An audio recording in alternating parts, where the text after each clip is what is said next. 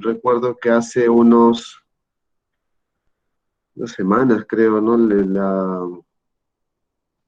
La facultad me pidió que expusiera sobre las vacunas. Ahí tengo la presentación, ¿no? Y bueno, es también bastante amplio.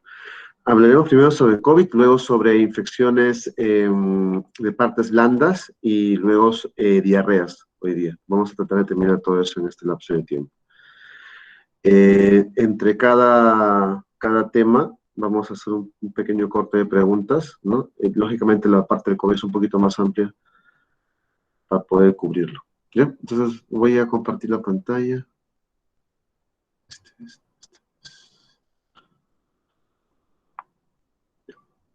Ahora sí, creo que no escuchamos esto.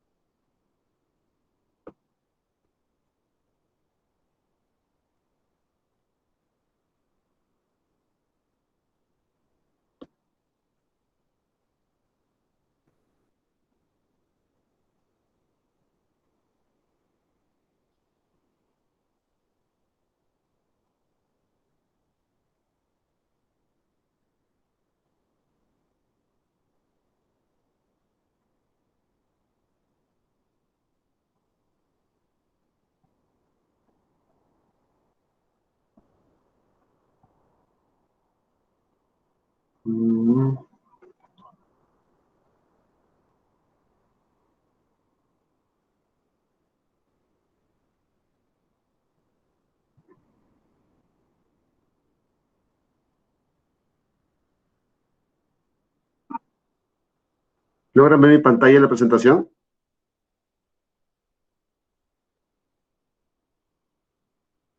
Sí lo vemos. Ya, genial.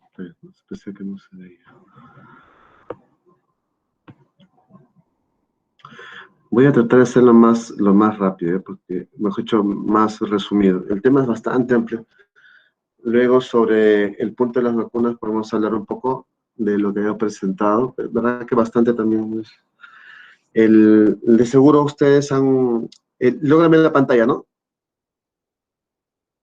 Sí, doctor. Ya. De seguro ustedes han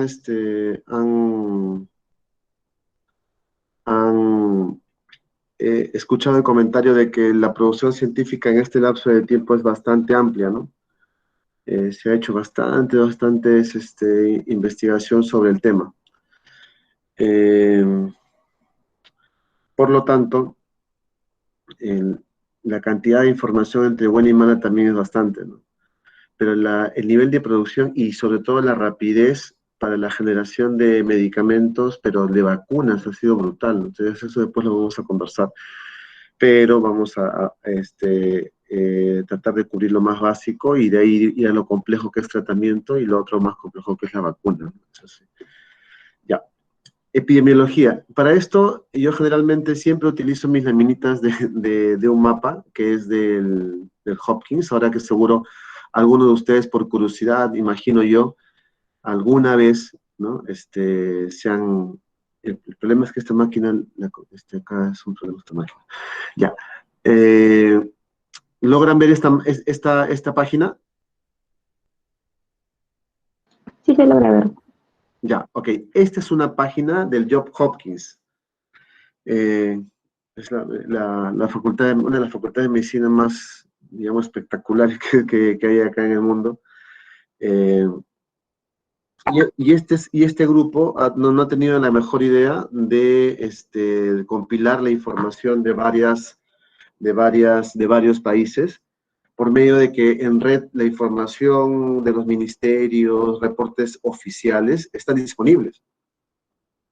Por lo tanto, ellos han capturado la información de todos los países que están, por así decirlo, conectados y comparten su información. En esta página ustedes pueden ver, miren aquí, la cantidad total de pacientes o de casos que han sido diagnosticados en el mundo por países, su respectiva mortalidad, y en el caso de Estados Unidos, como esta universidad es de Estados Unidos, pueden tener el detallado por estados, ¿ya? En esta parte de acá, donde ven el cursor, está algunos indicadores muy interesantes para nosotros, los casos diarios diagnosticados, acumulados, ¿no? Las muertes diarias, los casos acumulados, las muertes acumuladas, ¿no? Y bueno, este es un cambio, al menos por regresión logística, bueno, por el logaritmo de casos, ¿no? ¿Cómo va la curva? Ya está. Entonces, miren ustedes actualmente cuánto hasta el día de hoy, hasta este momento, ha registrado esta página 127 millones de infectados. Y de los países representativos en el mundo con mayor casuística, no tasa, sino casos únicos, ¿no? Casos únicos.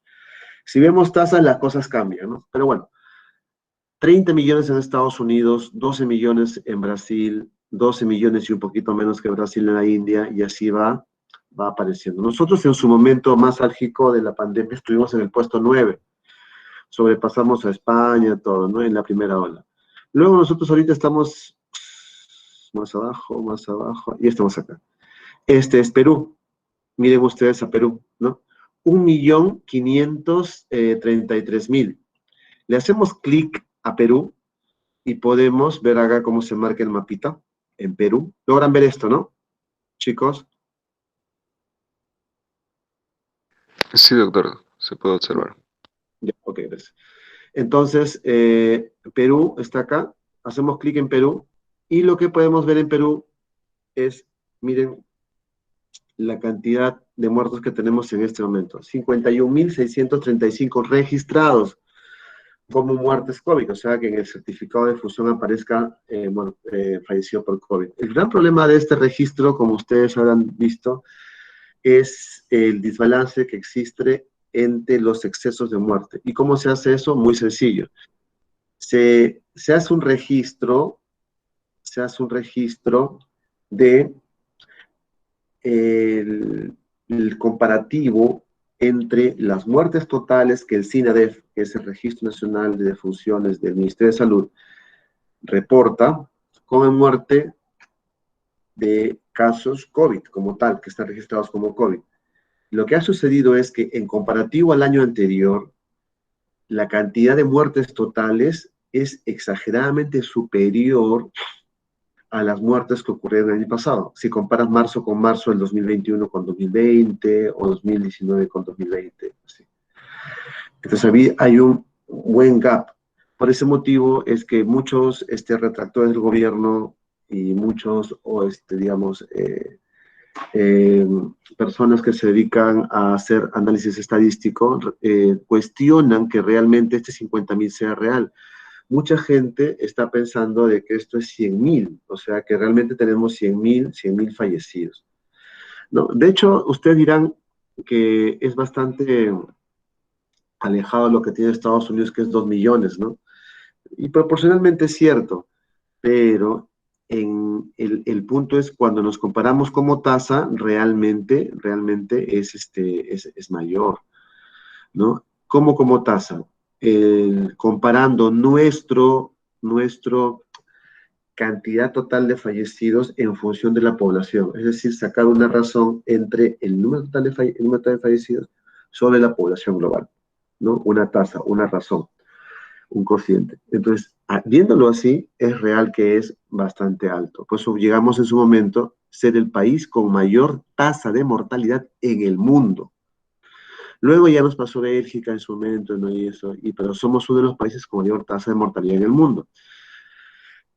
lo cual no es muy alentador, ¿no? Como tal. Entonces, eso es para que vean mortalidad. Ahora, vamos a ver los casos diarios. ¿Logran ver esto? Miren nuestra curva, ¿no?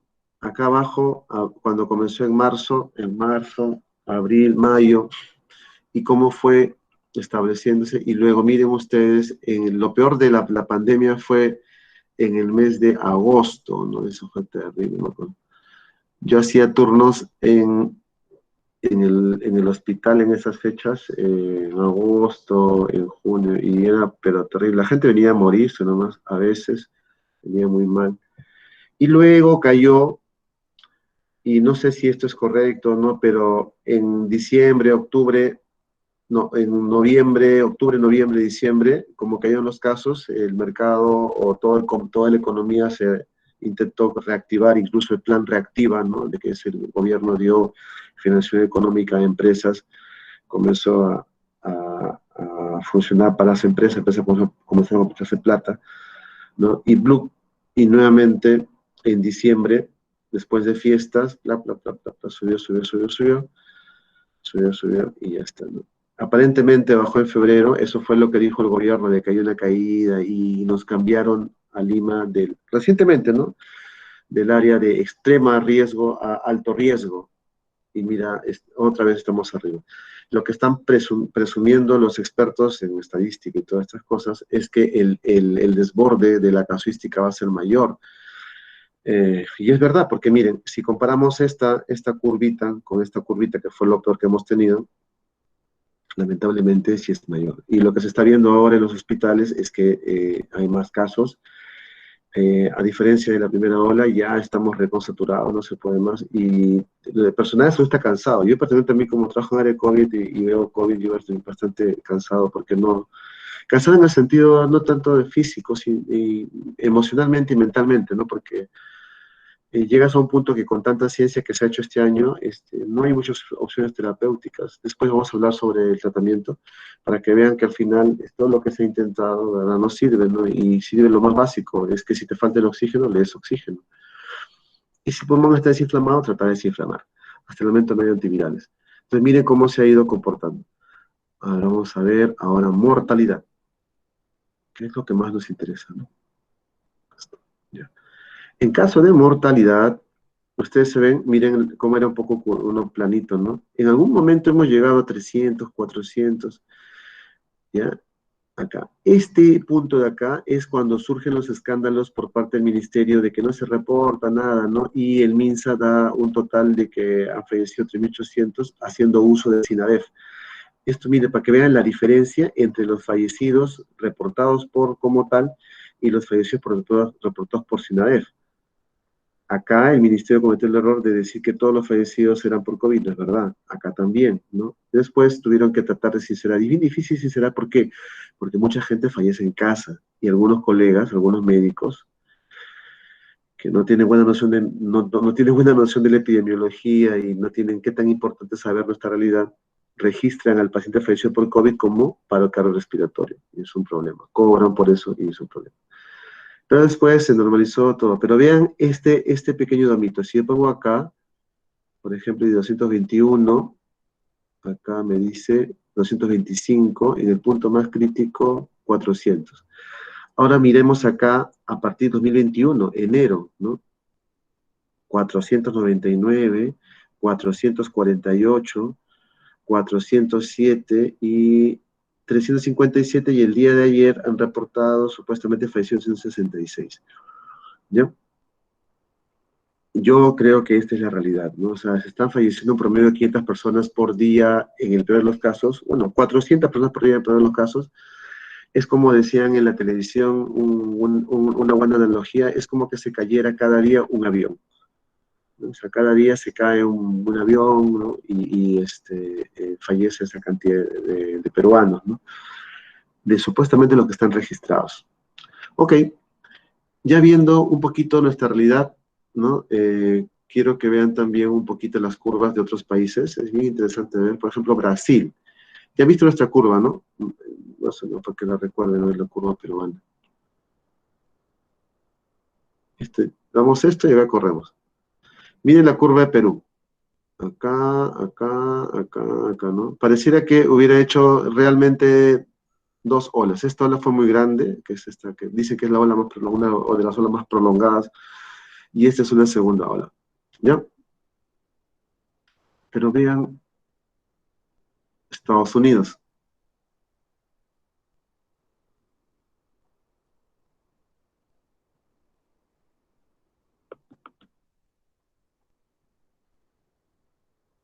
Ya. A ver que aparezca Estados Unidos. La línea no está muy buena.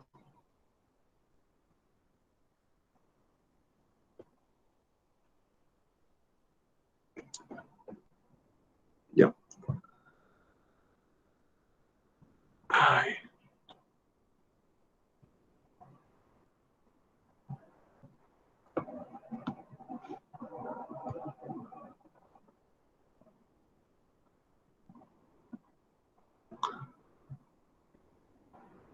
qué raro. Algo pasó.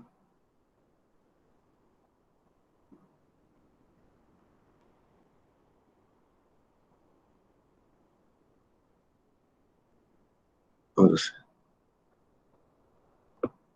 Ya. Veamos la curva de Estados Unidos. Miren ustedes. Acá hubo una ola, dicen ellos. Este país es su segunda ola y supuestamente le está golpeando la tercera ola. Acá no está en alza. Pero ellos intentan contener todo esto con la vacuna. El porcentaje de vacunación el ritmo de vacunación de Estados Unidos es espectacular. Están vacunando 3 millones por día en el mejor de los casos. Su mortalidad, ¿no? Mire la cantidad de fallecidos que han tenido en alrededor de diciembre, de enero, ¿no? Ellos no han tenido bastante confinamiento ni control. Esto es lo que sucede cuando no tienen bastante confinamiento o control como tal. Brasil es el otro ejemplo, también no muy halagüeño. Miren la curva, ¿no? Miren la curva. Acá una ola y una segunda ola y se van acá a su tercera ola, ¿ven? Como unas elevaciones. En caso de mortalidad, miren ustedes cómo van, ¿no? Y están en alza. Ahorita Brasil es un caso bastante de temer, ¿no? Con mucha pena, porque si no van bien. Y veamos, por ejemplo, un país europeo, España. En España, ocurre esto, miren lo que ha ocurrido. Esto en muchos países europeos, ahora que saben que existe el mapita, pueden verlo. Miren la primera ola. Ellos se confinaron y se confinaron mal, como dicen, no mal en el sentido mal de haberlo hecho mal, sino mal en el sentido que un buen confinamiento, o sea, confinaba hasta más no poder. Y lograron aplanar la curva. Este mismo se ve en Italia, se ve en Francia, en Bélgica también, ¿no? Países europeos se ven. Ahora, ¿por qué? Porque al confinar el gobierno dio todos los recursos económicos para que la gente esté en casa. Dinero, subvención, comida, en la mayoría de los casos, los países de la Unión Europea. Pero luego la economía, como vieron que fue muy bien, dijeron todo excelente, la soltaron y volvió nuevamente el problema, la segunda. Aquí ya no confinaron, porque su economía no daba para tanto. No, o sea, de verdad no puedes mantener a toda la gente todo el tiempo. Y nuevamente, y acá la tercera, ¿no? La tercera ola que está golpeando, ya la ha golpeado nuestro amigo a España, y ahora está golpeando ¿a quién? A Alemania. A Alemania y a Inglaterra, casi todo Europa está ahorita con la tercera ola y están que les da duro, ¿no? Ok, esta es la realidad. Volvamos a la presentación. Ven la presentación, ¿no? ¿Ven la presentación? Sí, doctor. Listo. Entonces, esto es lo que sucede en el mundo, para que ustedes se ubiquen más o menos cuál es la realidad, y por lo tanto, la realidad no es bastante interesante, ¿no? Todo lo que el gobierno nos ha dicho de que hay una gran caída, de que estamos bien y que nos bajaron de nivel, todo eso cambió en el lapso de 2 semanas. Hace 2 días el ministro se dijo, bueno, sí, efectivamente ha aumentado los casos, lo cual nosotros que estamos en los hospitales, sí, pues ya se le movió un poco más en medio mes, ¿no? O sea, nunca bajó. Ok, listo. los mayores eventos que han ocurrido en este momento de la pandemia han sido desde que se encontró los primeros casos confirmados de COVID en diciembre del 2009 en China, en Wuhan, y luego cuando se dice, cuando se menciona, cuando la OMS reporta estos casos y la OMS declara en estado de emergencia. Ahí viene toda nuestra terrible telenovela con esta enfermedad, ¿no? Y le da ya el nombre, ¿no? Normalmente era un novel coronavirus, le decían novel coronavirus, ahora es o nuevo coronavirus, así le llamaban, ¿no? Pero ya en 11 de febrero le da el nombre que es, ¿no? La enfermedad es COVID y el SARS-CoV-2 es el virus. Ya, bastó. Y listo, se acabó y ya está. Y luego empiezan a aparecer cómo se transmite, qué tan rápido es. Verdad que la gente no creía, y yo particularmente tampoco creía que fuera tan transmisible, pero los primeros ejemplos se ven en estos dos. En los cruceros, Princesa y el Princesa Diamante, o Diamond Princess, y el Gran Princesa. En ellos se vio que los viajeros de estos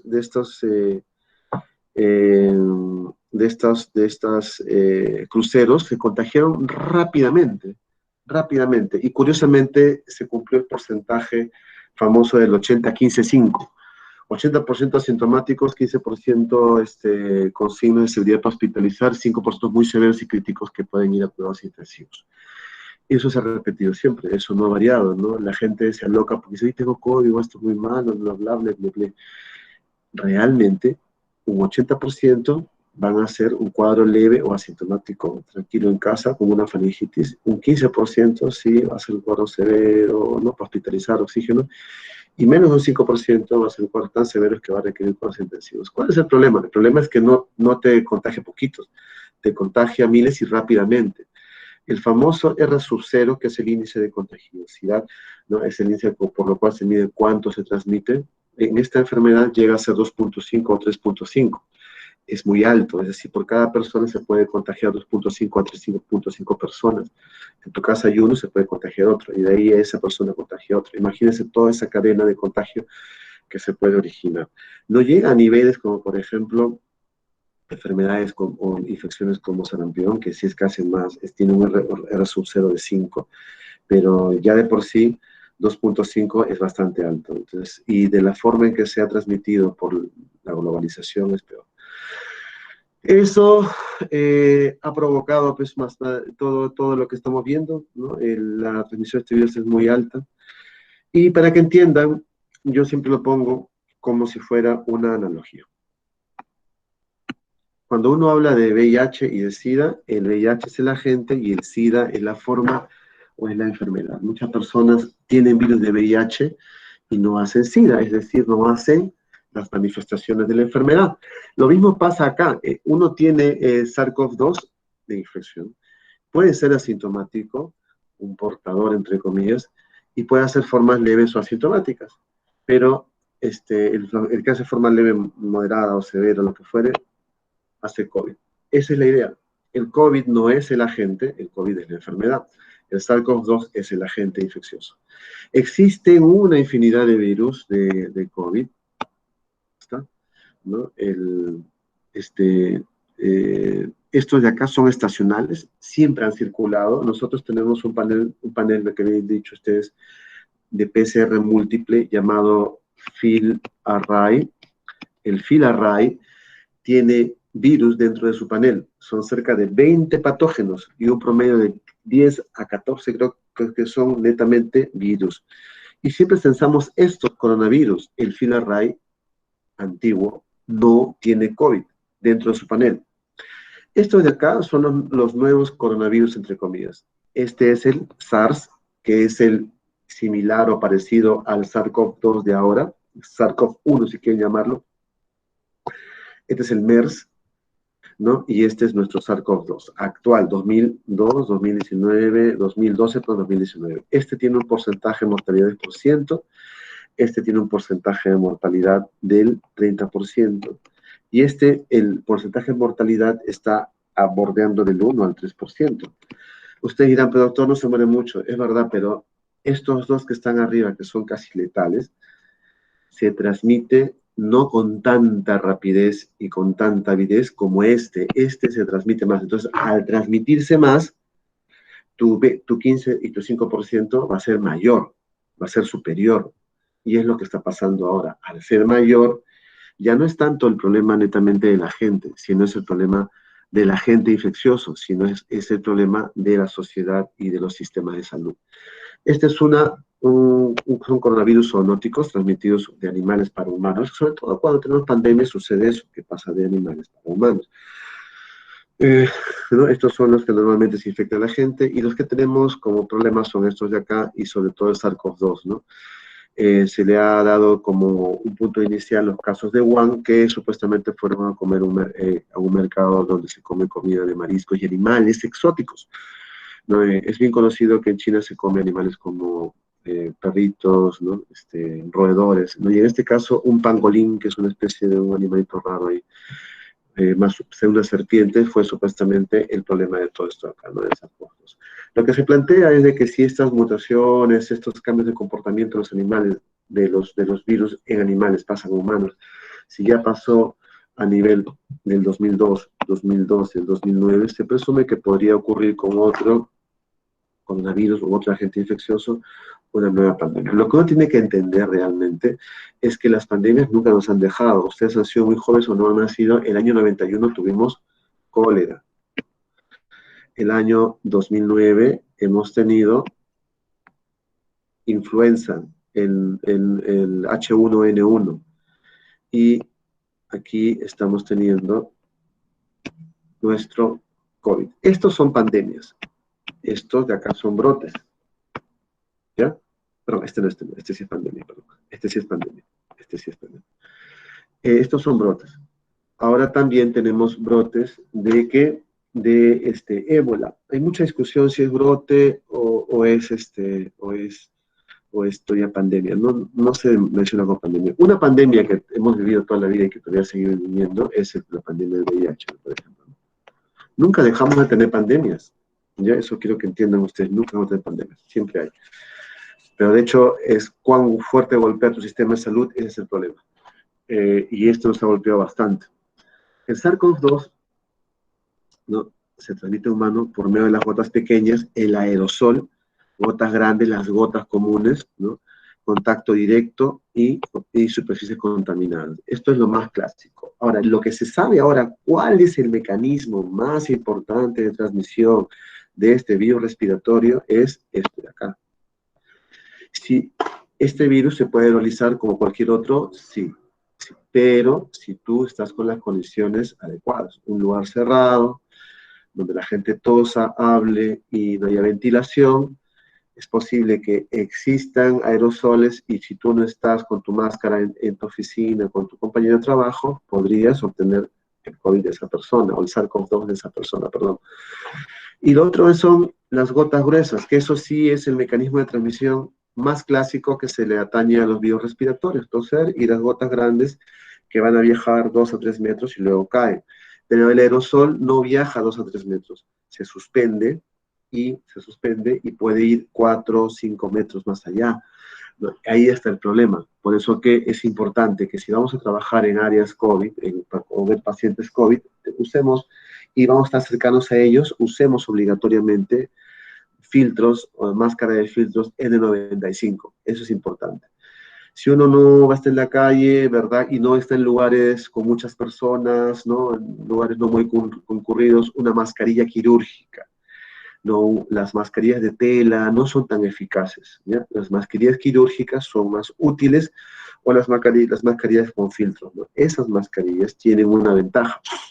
Mientras que las mascarillas quirúrgicas tienen un rango de protección de 70-80%, las mascarillas N95 con un buen anclaje y que no salgan aire por acá al costado, estas te ofrecen un porcentaje de protección mayor al 90%.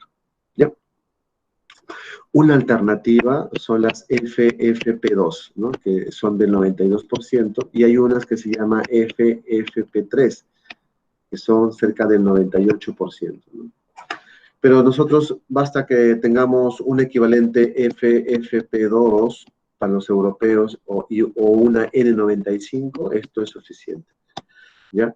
Cada N95 es diferente. N95 es otra cosa. ¿Cuál es la progresión del cuadro clínico? ¿No? El día 0, ¿no? Acá el día 5 en el día en el cual uno puede contagiar más. El día 10 es el día más crítico, luego inician los síntomas en los cuales las personas que están con leve o moderado pueden complicarse. El pasado el día 10, pues el día crítico, y los pacientes o se van a UCI o se recuperan lentamente a casa o se van rápidamente a casa. No es que el día 10 exactamente, alrededor, chicos, ya no seamos tan, como dice, básicos, ¿no? Alrededor. Alrededor es un poquito más, un poquito menos. Pero lo que importa mucho es que identifiques el día 0. ¿Ya? Y el punto es el siguiente. ¿Cuántas personas van a continuar con su enfermedad, pero los otros, cuántas personas podrían continuar contagiando? Teóricamente, como en la primera ola, ¿no? Y parte de la segunda ola, se ha dicho que hasta el día 20, una persona que ha necesitado hospitalización puede contagiar. Hasta el día 10 o el día 14, para nuestra realidad, una persona que ha estado leve o asintomático podría contagiar. Es decir, cuanto más severo es el cuadro, más riesgo es que el virus esté perenne en tu cuerpo, ¿no? Dentro de ti, y tú puedas transmitirlo. Cuanto más leve, menos. En Estados Unidos ponen el punto de corte en 10. Acá en Perú ponemos el punto de corte para 14 días. Pasado ese tiempo, lo declaramos en alta epidemiológica. Si estuvo hospitalizado y inició sus síntomas y pasó 20, 21 días, pasado ese tiempo decimos que el paciente está en alta epidemiológica, es decir, que no tendría capacidad de contagio. Existen dudas actuales por el problema de las nuevas variantes y las nuevas cepas. Sí, eso no se determina muy bien. Los cuadros pueden ser sintomáticos, asintomáticos y, ¿no?, los que recuperan. Y ese es un punto muy importante de entender en función del tiempo, ¿no? El tiempo. Entonces, por ejemplo, para la OMS, 10 días. Y decir que ya la persona ha tenido COVID y pasó. Pero cuando uno habla con el CDC sí plantea que si está severamente inmunocomprometido o severamente enfermo, le damos un tiempo de aislamiento de hasta 20 días, ¿no? Como les había dicho, 20 días. Y pasado ese tiempo, sí. ¿Qué pasa si le tomo pruebas a los leves o asintomáticos pasados los 10 días o 14 días? ¿Qué pasa si le tomo una prueba de COVID, ¿no?, molecular o antígeno, sobre todo la molecular, pasado los 20, 21 días, a una persona que se ha hospitalizado y luego se recuperó? Es posible que pueda encontrar la prueba positiva, ¿ya? Hasta unas 12 semanas se puede ver en la prueba positiva, y no quiere decir que tenga la enfermedad, solamente que tiene partículas en las vías aéreas, y estas partículas en las vías aéreas pueden manifestarse. ¿Sí? Cuadro clínico, ya lo hemos comentado, tiene 2 fases, y ahí no hay que ser estrictos. El paciente es diferente en la vida real, o sea, los chicos, y incluso los colegas mismos que no ven COVID dicen 7 días, 7 a 14 días, no.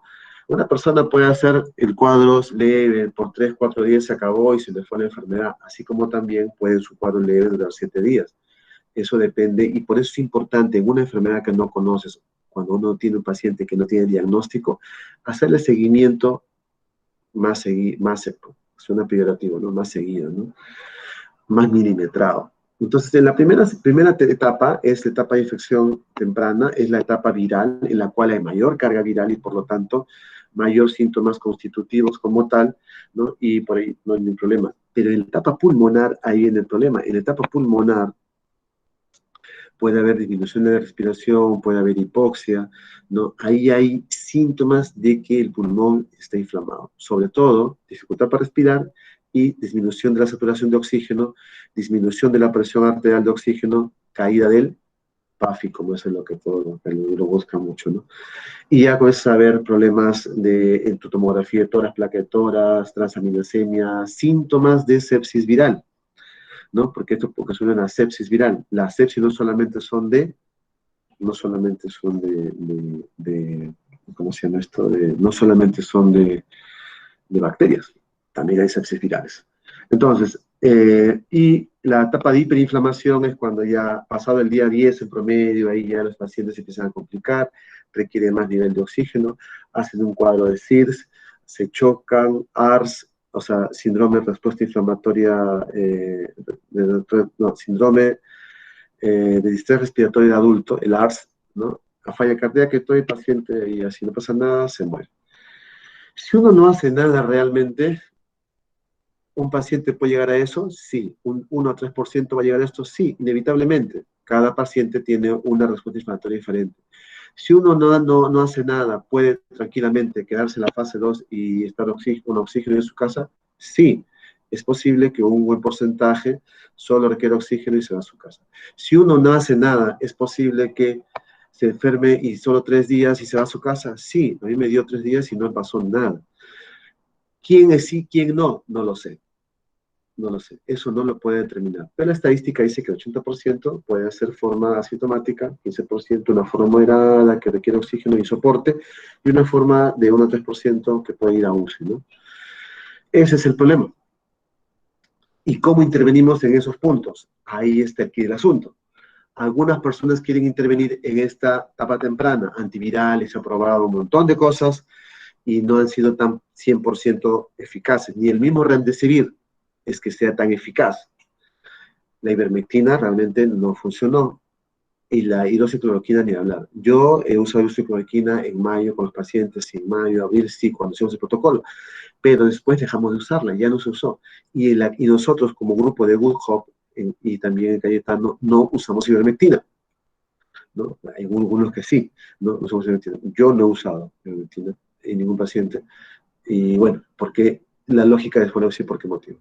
En la fase pulmonar, acá se puede usar algunos medicamentos que desinflamen, con la idea de parar esto, ¿no? De eso, que ayude a que el paciente, pero lo importante es que si te falta el oxígeno, coloques oxígeno.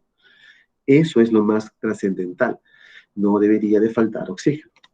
Entonces, en el cuadro clínico, como ustedes ven, ¿no? El día 10 es el día más crítico, alrededor del 10, ahí estamos en problemas y hay que estar atentos. No hay que esperar ese día, sí, no hay que esperar. Hay que estar atentos porque si estamos en el día 5, 6, 6 y vemos que el paciente no está yendo bien, está muy sintomático, después le digo los signos de alarma, es preferible que vaya a un hospital, a que se hagan sus exámenes, a ver si requiere una hospitalización y darle soporte temprano de oxígeno. ¿El soporte temprano de oxígeno podría ayudar? Claro que sí, podría ayudar que la persona esté más confortable, pero lo otro es que el nivel de hipoxemia que está avanzando no avance tan rápido y que esperemos que eso haga que la persona no requiera más, ¿no? Que desinflame y requiera más. Entonces, como ya les había dicho, este es un caso bien clásico del primer caso en Estados Unidos, bien bonito en esta bibliografía, busquen el primer caso americano. El que hizo esto fue bastante acucioso, midió día a día los síntomas de este primer caso, ¿no? Qué cosa comenzó primero la tos, luego la fiebre subjetiva, a partir del cuarto día fiebre o temperatura objetiva, ¿no? Después no. Por eso que es un poco medio un poco medio no útil estar midiéndote la temperatura en los centros comerciales, porque no es el primer síntoma, ¿no? Y pocos son COVID es los que van a ir a ir a comprar con la fiebre, a quienes han tenido fiebre, como en mi caso. Es horrible. Esa fiebre no te gana ni de la puerta de tu casa. Te quedas ahí en tu casita descansando. La tos tranquila, rinorrea, fatiga, ¿no? Pero para que vean, no empieza con rinorrea, generalmente empieza con fiebre. Pero en esta segunda ola realmente es bien variable. Sí, yo he visto casos que han empezado y este paciente dice como si tuviera gripe. Así que en este momento ya no es tan cierto que no da rinorrea al inicio. Lo que hay que hacer es muy sencillo. Paciente con síntomas respiratorios, tenemos que sospechar en COVID en este momento. Me duele la garganta un poquito y he estado con una persona que ha tosido, sospecho en COVID. Estoy con rinorrea y un vuelo de garganta, sospecho en COVID. Fiebre, rinorrea, ya, pero más que fijo que hay que sospechar en COVID. Ya no hay tantas reglas como lo tuvimos en su momento, que decíamos, no, si tiene rinorrea, no, bien difícil que sea COVID, es más probable que sea influenza o otro virus. Y así, ya no es así. Es preferible ser más sensibles como instrumento diagnóstico clínico que comenzar a ser muy específicos. Entonces, si un paciente sobrevive, como te digo, el día 10, 9, ¿no? Igual el día 10, pero el problema es cuando un paciente fallece o no sobrevive, mide todo lo que se va, ¿no? Va a ir a cuidados intensivos, a UCI y todo, y lamentablemente su evolución no es favorable. Este es un estudio que ya está publicado, ya no es preprint, está publicado en PLOS ONE. Está publicado en PLOS ONE, ¿no? Estábamos, Fernando y yo, no estamos ahí. Fernando ha sido un reciente mío, hace años, él hizo el estudio en conjunto y nos invitó a participar a nosotros. Y ahí es muy sencillo, solamente se agarró una cohorte de pacientes, ¿no? Se vio cuántos pacientes estaban en alta hospitalaria y cuántos fueron fallecidos, ¿no? Se hizo un análisis para ver en la edad, 49 años en promedio, la mayoría eran obesos, y es verdad, ahorita vemos un montón de gorditos, pero lo más interesante es de que antes veíamos adultos mayores, ¿no? La prevalencia de diabetes y hipertensión a 20%, en regular cantidad de pacientes. El problema es que ahora hay más jóvenes. Esto es en la primera ola. Ahora hay más jóvenes, más jóvenes. Miren ustedes, porcentaje de saturación de oxígeno menor de 80%, cerca del 30% venían con un nivel de oxígeno atroz. Venir con menos de 80% es atroz. ¿Y eso por qué les digo? Porque lo que pasa en los coros es que la gente se está tratando ellos mismos y no saben regular el oxígeno, no, porque no son médicos. Se lo colocan y un médico por Zoom o de vez en cuando le dice, bueno, estás con 80, suelta un poquito, vamos a ir con bajo mañana. Y no es así. El oxígeno tiene que verse cada cierto tiempo, el médico, la enfermera mirar, y si baja, decir, doctor, ha bajado la presión, te aviso, uy, hay que subir, o no, ya no, hay que marcar un alto flujo, o que hay que buscar ventilador mecánico. Pero te pasas un tiempo con 80, cuando requiere ventilador mecánico hace como 2 o 3 días, el paciente llega a ventilador mecánico y ya no tiene solución. Estas características que ya todos sabíamos, la mayoría venían con linfopenia, cuando estaban severos venían con linfopenia y estaban por hospitalizarse, tenían PCRs elevados, más de 96 en promedio, un DHL alto, y el tiempo de ingreso, cuando ingresaban ya venían con más de 7 días, que lamentablemente es un poquito alto, ¿no? Y el 61% tenía indicación de UCI. O sea, la gente venía tan mal, que más de la mitad requerían formalmente cuidados intensivos. ¿Quiénes requieren cuidados intensivos en un país civilizado? Ante la pandemia era si tú tenías un PAFI menor de 300. Un PAFI menor de 300 dice que hay injuria pulmonar. Idealmente debería estar en cuidados intensivos para ver si le das alguna intervención en la cual tú introduzcas oxígeno de mayor flujo, ¿no? Siendo de mayor cantidad. Pero en este contexto no tenemos tanto. Entonces, mucha gente que requiere cuidados intensivos lo hemos tenido y como actualmente lo tenemos en piso. Y eso es lamentablemente la realidad porque no hay cama de cuidados intensivos. Solo el 10% podría ingresar a cuidados intensivos en su peor momento en la primera ola. Cuando tú venías con una saturación menor de 80 y tenías lamentablemente, más de 60 años, tu riesgo de fallecer era más alto, ¿no? Era más alto. Pero también cuando tú tenías entre 40 y 59 y entre menor de 40, tu mortalidad también es alta cuando tu saturación es menor de 80. Si tienes una saturación mayor de 80, la chance de que tú estés de alta y sobrevivas es mayor. Por lo tanto, una saturación mayor de 80, o como establecimos en el estudio, mayor de 85, te pone en una situación, digamos, de mayor esperanza. En una saturación menor de 85, desafortunadamente, es posible, menor de 80 es posible que no tengas una buena sobrevida. Menor de 80, ni en la curva menor de 80. Un buen porcentaje fallece. El diagnóstico es por prueba molecular y por prueba de antígeno. Al momento, ese es el método diagnóstico, pero no hay que ver el cuadro epidemiológico, criterio clínico y criterio tomográfico o radiográfico. Entonces es importante, porque mucha gente dice, uy doctor, si la molecular me salió negativa, no tengo. Estás con tu placa con virus esmerilado, estás con oxígeno y me tenía dicho, no tengo doctor, si la molecular es negativa, no tengo, es otra cosa, busca otra cosa. Es COVID, pues si toda tu familia tiene COVID. Y tú tienes lo mismo que ellos y cuadro clínico de COVID. Hasta en un promedio de 10 a 20%, la prueba molecular puede salir negativa, es un falso negativo. y la antigénica es un poco menos que eso, pero es un poco más que eso, o sea, puedes tener en promedio 70% de positividad y un 30% de negatividad. Y sobre todo, si tomas una antigénica pasado los 5 o 7 días, ¿no? Lamentablemente, no va a ser muy útil. La antigénica es útil del 0 al 5 o 7 días. La primera semana es útil. 0 desde el inicio del síntoma, ¿no? Entonces, ese es el problema. La molecular te puede ayudar la primera, segunda semana. Y de ahí también va a bajar. Va a bajar. Por ese motivo es que hay que tener en cuenta que estas pruebas son útiles.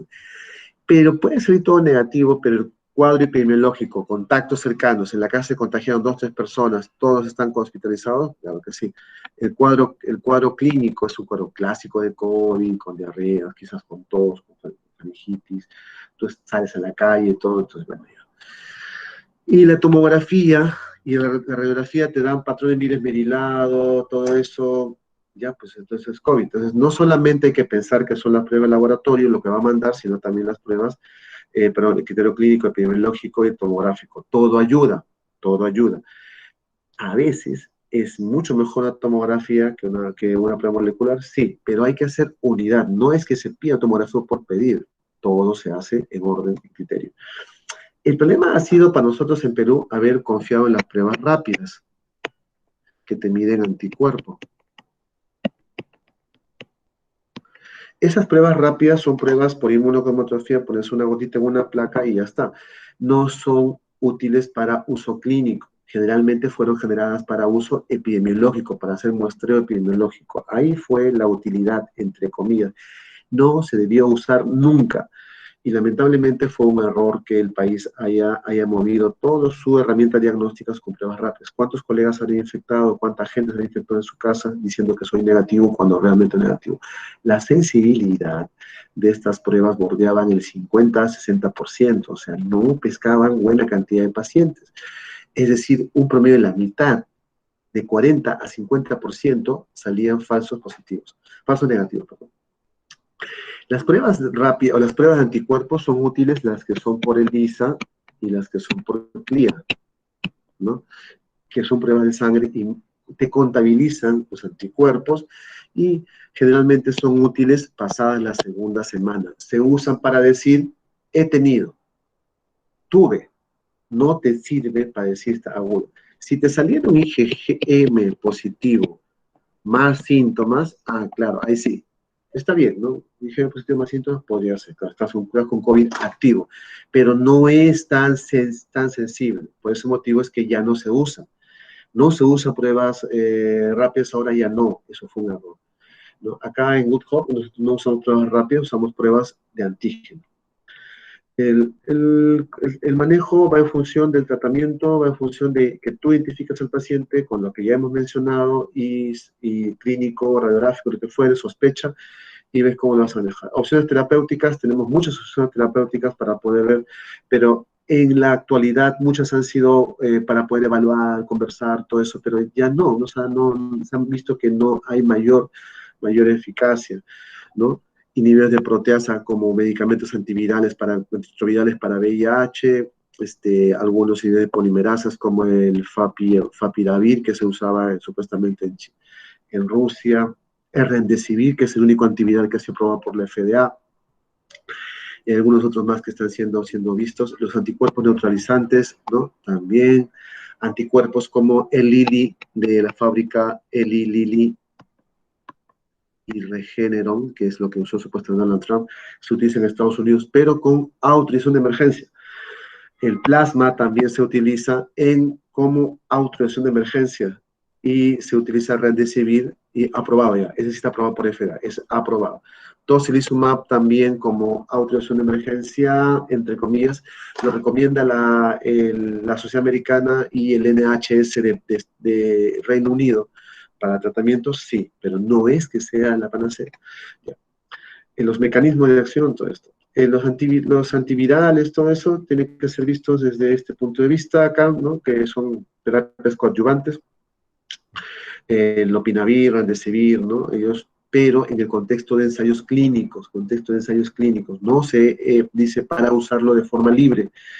Es una pena porque nosotros no tenemos tanta industria, no digo industria o un montaje, un aparataje desde las universidades, desde los hospitales, para generar ensayos clínicos y que los pacientes sean sometidos a ensayos clínicos durante la pandemia, cosa que Estados Unidos sí lo ha hecho. O sea, el paciente ingresa y se le ofrece una gama de ensayos clínicos en un hospital y dice, mira, vamos a hacer así, usted puede explicar esto, y se le da opciones. Y a la vez que el paciente acepta, esos datos se utilizan para analizar qué estrategias podrían ser útiles. Es así, debería ser así. Nosotros no tenemos muchos ensayos clínicos corriendo en los hospitales. Tratamos con lo que ya se genera en la ciencia en Estados Unidos o en Europa y decidimos qué hacer. Y a veces estamos mirando ahí, por eso que no tenemos mucho. Si queremos regirnos a evidencia, en nuestro país es bastante limitado, porque queremos regirnos a evidencia de afuera. Y al querer generar nosotros nuestra propia experiencia es bastante complicado, porque no tenemos un montaje de ensayos clínicos. Por eso mucha gente pues, ha comenzado a dar lo que mejor le parezca. Y ese es el problema. Hidroxicloroquina se comenzó a usar y la gente, bueno, vamos a hablar muy rápido de esto porque verdad que es un poco medio ocioso, pero en fin.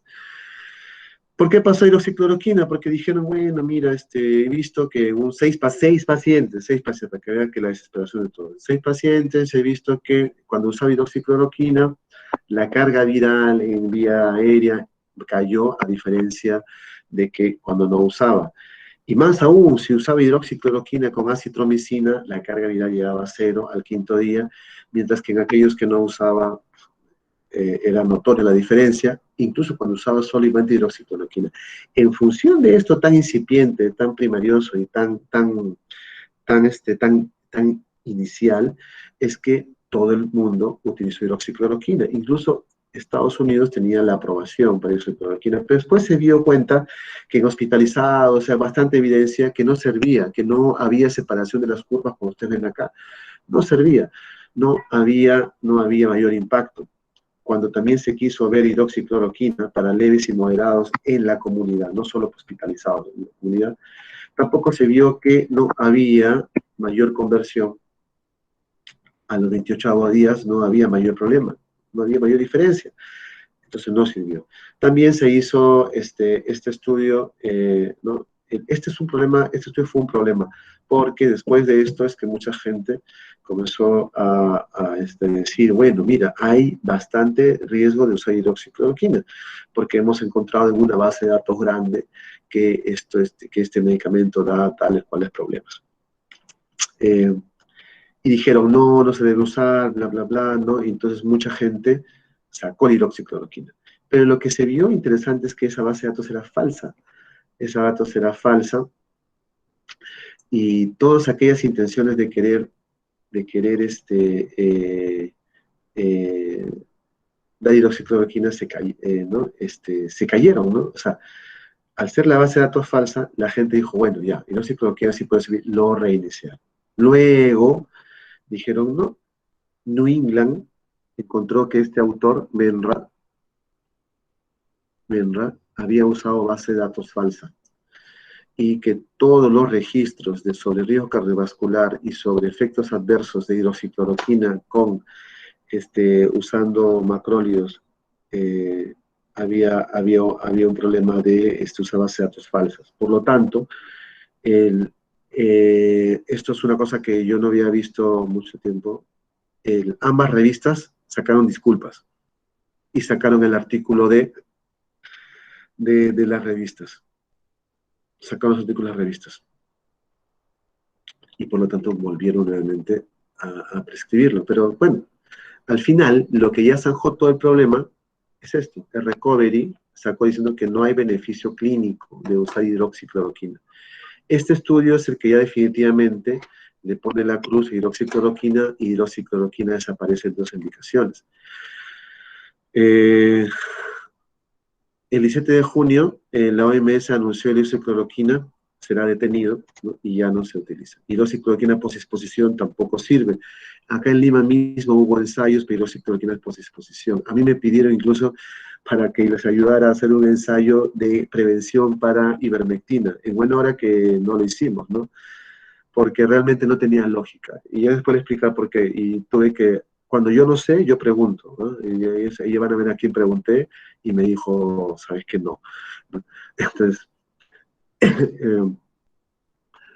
y bueno, le revoca la FDA y lo saca de su lista. Y el IDSA, la Sociedad Americana, no lo recomienda, ¿no? Remdesivir es un medicamento, es un antiviral, que sí lo que ofrece es lo siguiente, ¿no? Es muy sencillo, la mortalidad, ¿no? Disminuye, pero lo otro es el hecho de que la persona salga de alta en menos tiempo. La mortalidad había una disminución, si bien es cierto no había una diferencia estadística, se vio una disminución, ¿no? En los que vienen un poco más temprano, de 11 a 15%. Pero lo más importante de Remdesivir es esto de acá, ¿no? El tiempo de recuperación, o sea, el tiempo en el que el paciente se hospitaliza es mucho menor. No, pero es menor, ¿no? De 11 días a 15 días. Eso, si bien es cierto, es el único resultado positivo, el hecho de que la persona tenga menor tiempo de hospitalización. Eso ha provocado que Remdesivir en Estados Unidos sea aprobado. Ahora, hay bastante controversia, la OMS no lo recomienda, y hay varios metaanálisis en los cuales Remdesivir no es útil. Por lo tanto, es bastante controversial. Si lo usan en Estados Unidos, el costo es muy alto, es muy casi prohibitivo. Pero ya lo tiene Brasil y lo tiene Chile, y creo que también Argentina, si mal no recuerdo, que se comercializa ya en esos países, pero acá en Perú no hay, así que cuando nos buscar no tenemos una opción más. Sí, el Remdesivir ha sido útil cuando lo utilizas con un antiinflamatorio, que es el baricitinib, y cuando usas con corticoides. Supuestamente en ese escenario el Remdesivir es muy bueno. Y también hay estudios de Remdesivir con tocilizumab. No ha habido ahí impacto, bueno, es lo que ha salido, ¿no? El estudio impacta. Ok, Remdacta, el estudio Remdacta, ahí te lo vamos a mostrar. Entonces acá, Remdesivir, ¿no? Redujo el tiempo de recuperación clínica. Ese es el gran impacto. No hay un beneficio de mortalidad, no, solamente es eso. ¿Lo recomienda? Sí. Lo recomienda recibir en su tratamiento temprano. No es su tratamiento tan tardío, pero temprano es lo más importante, ¿no? Y básicamente pacientes graves también lo recomiendan, y ahí es donde uno podría hacer uso de baricitinib, que es un antiinflamatorio, ¿no? Es un medicamento, es un biológico que produce inflamación pulmonar, o con corticoides, ¿no? La ivermectina es un problema. Ivermectina. Este es el primer estudio que el doctor Kalia dice que in vitro, en células Vero, en modelos de células Vero, la ivermectina disminuye la cantidad de replicación viral, que es verdad, pero para eso supuestamente has tenido que usar 330, 50 veces la dosis normal que utilizamos. Por lo tanto, no sabemos cuánto es la real dosis que tenemos que utilizar para que haya un buen nivel en sangre y llegue al tejido y combata el virus. El otro punto importante es que no tenemos también si se concentra bien a pulmón o no. Ese es el problema.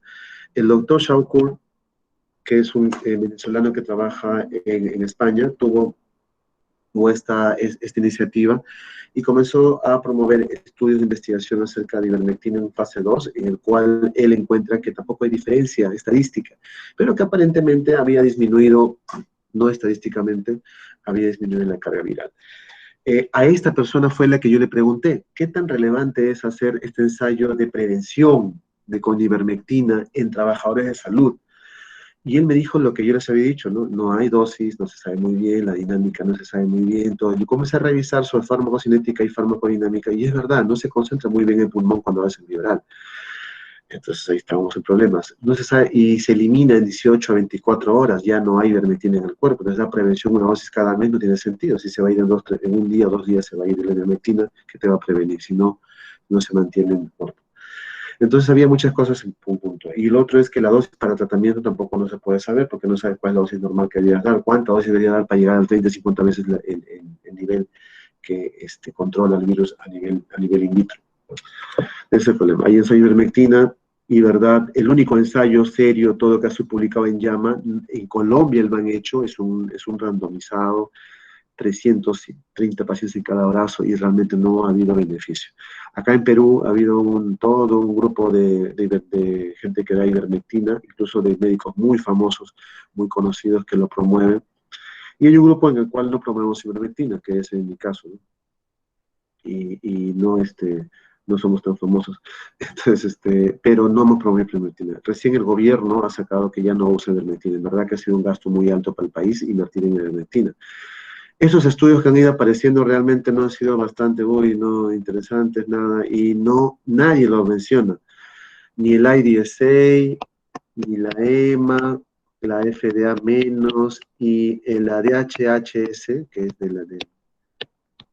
es del gobierno americano, dice ni en contra ni a favor. Y en función ni en contra ni a favor, hay mucha gente que ha dicho, ya ven, de hecho ni en contra ni a favor, o sea que los pone en duda, podemos usarlo. Así.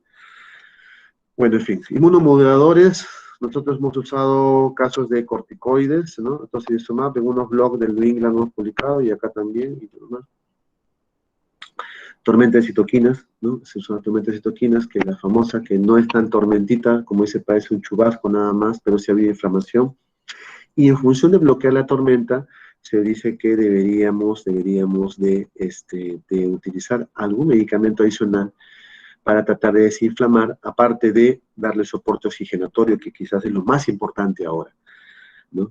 Entonces, en función a eso, había primeros estudios que decían que metilprednisolona daba mejor resultado que no usar metilprednisolona, una mejor posibilidad de sobrevida, ¿no? Y eso ha sido bastante importante. Y así es que nosotros, cuando utilizamos acá en GitHub, utilizamos metilprednisolona al inicio. Y luego, ahorita usamos dexametasona. Y todo va bien, ¿ok? Ya luego empiezan a salir las publicaciones con dexametasona, que son mejores, que aparentemente en pacientes severos un promedio de protección de 30%, y ya está. Estos son los estudios, y listo. Voy a salir un ratito de esto, y les voy a mostrar, porque después de esto viene yo hice una revisión recién de esto. Lógrame mi pantalla, ¿no?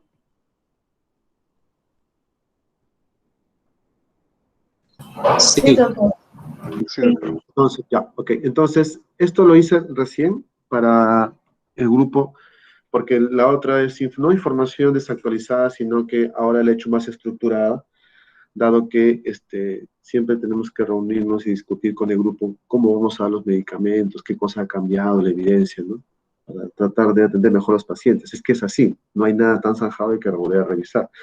Entonces esto se lo presenté ayer a los chicos, bueno, a los internistas, para que más o menos cuadremos en situación. Corticoides. Este es el estudio que ha promovido el uso de corticoides en COVID. Miren, y muy sencillo, por favor, si ustedes se van con este concepto y lo difunden, yo estoy feliz, ¿ya? Cuando das corticoides sin oxígeno, es decir, o el paciente no lo requiere, o requiere oxígeno y no le das, por X motivos, y tú usas corticoides, la mortalidad es mayor con dexametasona. Miren la curva. ¿Ya? Si bien es cierto, no hay significancia estadística porque el intervalo de confianza sobrepasa a 1, pero la tendencia es que hay más mortalidad.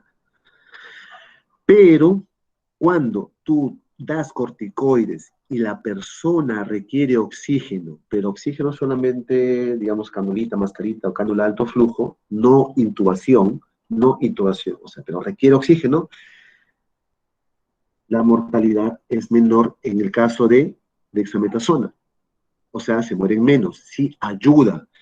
El promedio es más o menos un 20% disminuye la mortalidad. Tampoco es que sea excelente, ¿entienden? No es que, 100% se va a beneficiar usando corticoides, mentira. Igual podría ir inflamación mayor, igual podría requerir tubo, igual podría fallecer.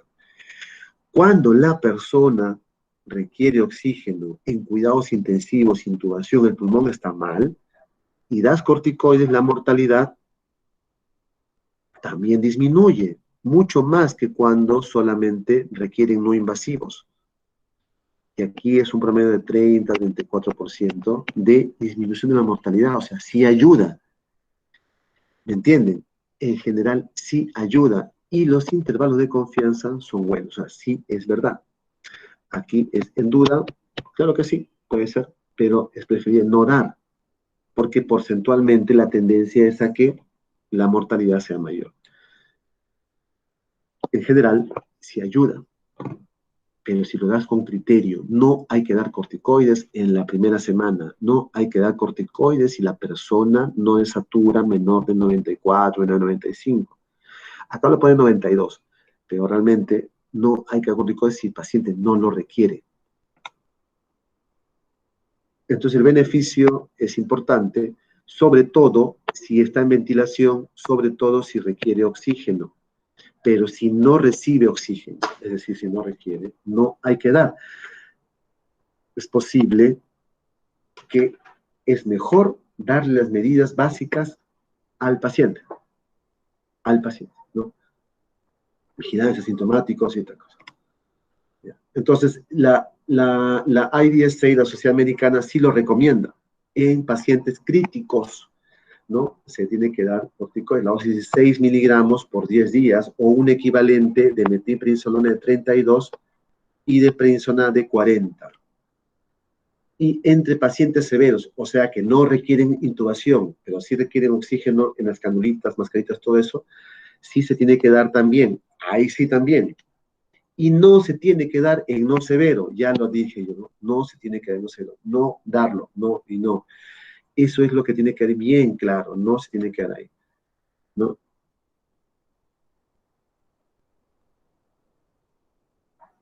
Y ya está. El beneficio, ya les había dicho, ¿no? ¿Cuánto beneficia en los críticos? 34%. ¿Cuánto beneficia en los severos? 17%. Baja la mortalidad, ya está. En los no severos no hay evidencia de beneficio y hay una tendencia. Por eso que no pone significancia estadística, ¿se han dado cuenta? ¿No? Que la desametasona puede empeorar, ¿no? Una tendencia a ser bastante peligrosa. Tocilizumab, el recovery es el estudio que les había marcado todo, que ha salido nuevamente solamente con tocilizumab y menciona que hay beneficio en usar tocilizumab con un RR significativo, que solamente darle corticoides y oxígeno, ¿no? Agregando ayuda, pero hay que saber cuándo aplicarlo, ¿no? En el caso de dar de alta a las personas, acá es mortalidad, en dar de alta a las personas, los que usan tocilizumab se van de alta más que aquellos que no usan tocilizumab.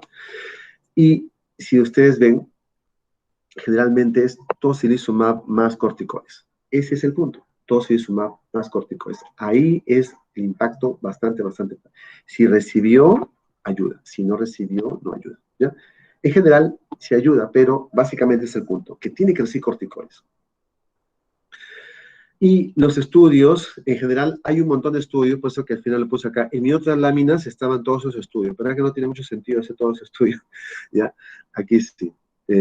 Acá está todo resumido. El Coramuno, ese es un estudio italiano, todo el estudio acá, el Covacta, el Impacta, el REMAP, falta el REMDACTA todavía, no sale, son 7 trials, y el tocilizumab. Y todo hace con el recovery ir hacia pensar de que hay beneficio.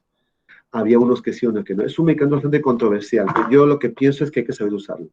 ¿En qué sentido? El REMAP es un estudio muy sencillo, ¿no? Bueno, se va en funciones críticamente, en pacientes críticamente enfermos, en darles el tocilizumab un día antes o incluso un día después de intubado.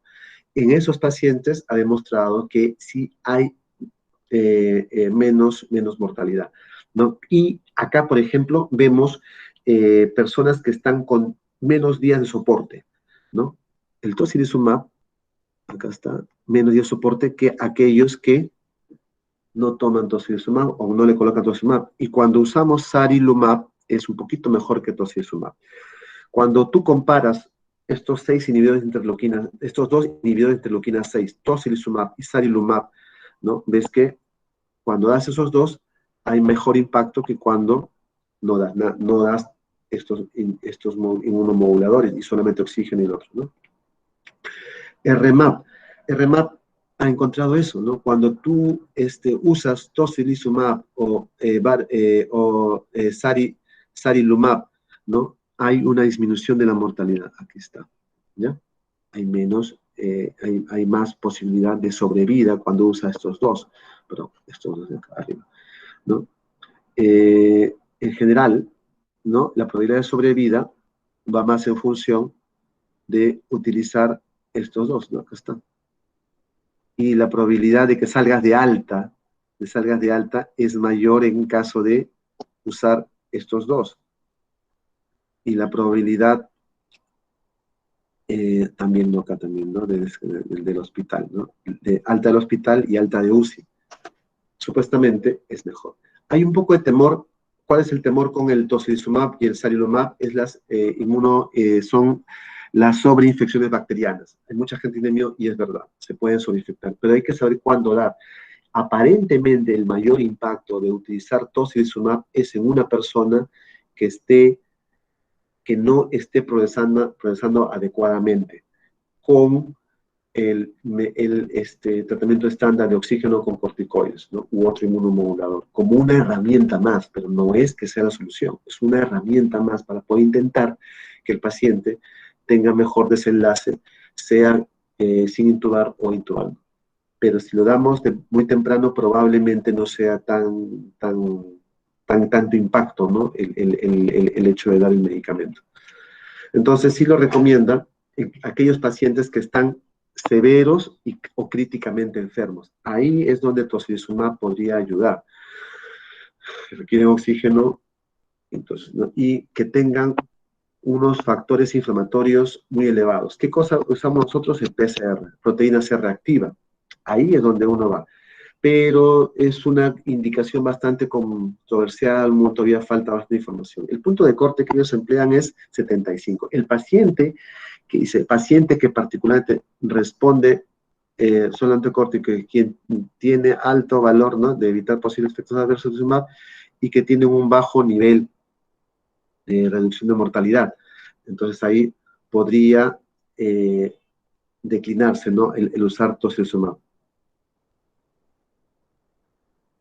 Estos son los criterios de severidad, quienes son severos, que tengan una saturación menor de 24, ¿no? O que requieran oxígeno, y críticos que requieran ventilación mecánica, ¿no? La NHHS, que es la Sociedad Europea, ¿no? Los británicos sí mencionan el beneficio de tocilizumab por los estudios RECOVERY y REMAP, y ponen que sus criterios para decir que sí, que el paciente tiene que tener COVID, que el paciente está recibiendo dexametasona o un equivalente, que tenga un PCR mayor de 75 o que esté saturando menor de 92 y que requiera oxígeno y que no haya recibido ningún inhibidor de interleuquina 6 en las últimas 24 horas. En ese contexto, sí, es posible darle tocilizumab, ¿no? Como tal.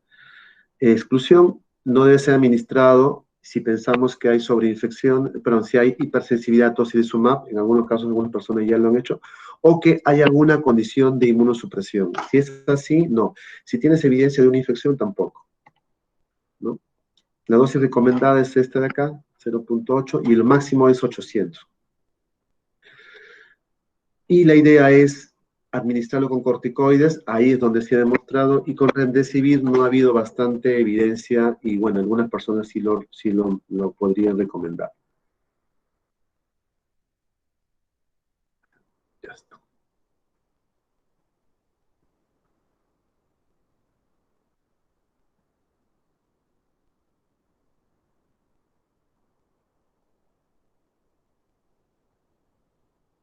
Y aquí me voy a pasar al plasma.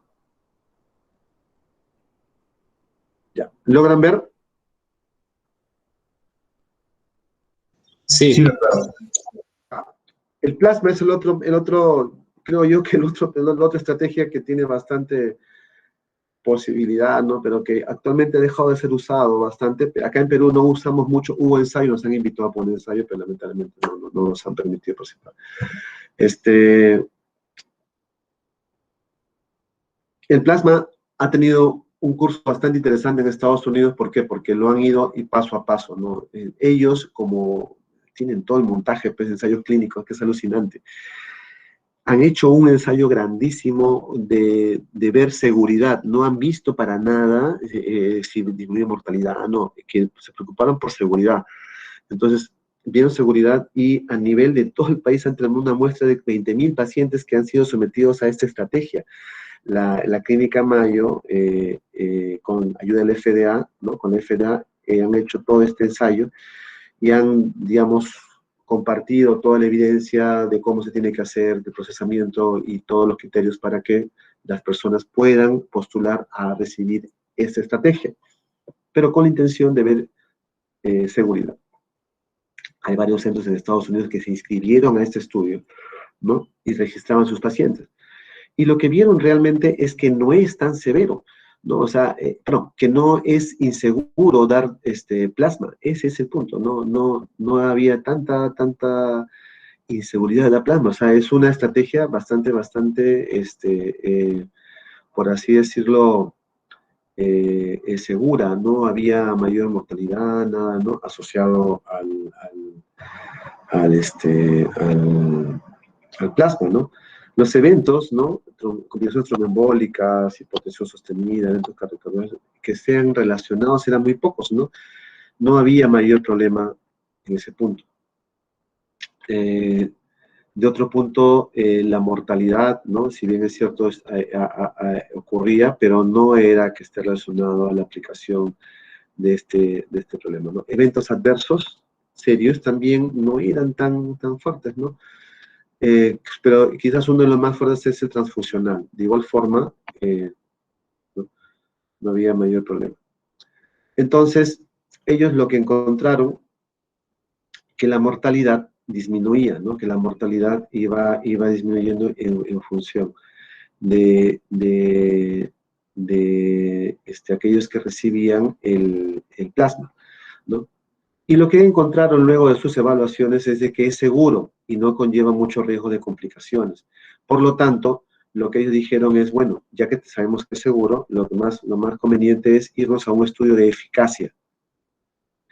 Y para que vean que es lo máximo, ¿no? Hicieron su estudio de eficacia, ¿no? En global, ni siquiera nada de un centro, ¿no? Muchos centros, ¿no? A nivel de todo el país. Y encontraron que sí es eficaz, pero lo particular, que tengas anticuerpos neutralizantes de alto nivel. En ellos, acá está, en ellos sí impacta. Sí hay buen impacto de la mortalidad en aquellos que tengan anticuerpos neutralizantes con alto nivel. Y ahí sí vemos un importante beneficio, ¿no? Pero todavía era muy incipiente. Tanto que Fauci, me acuerdo que días previos a este día de aprobación del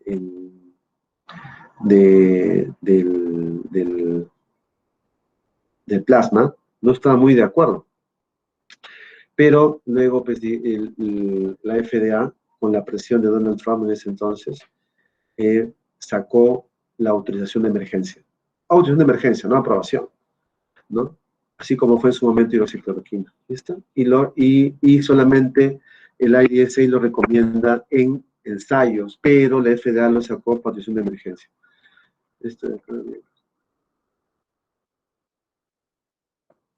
Listo. Esto es todo con respecto a COVID. No sé si tiene alguna pregunta para tratar de cubrir alguno de los temas que son. ¿No? Chicos.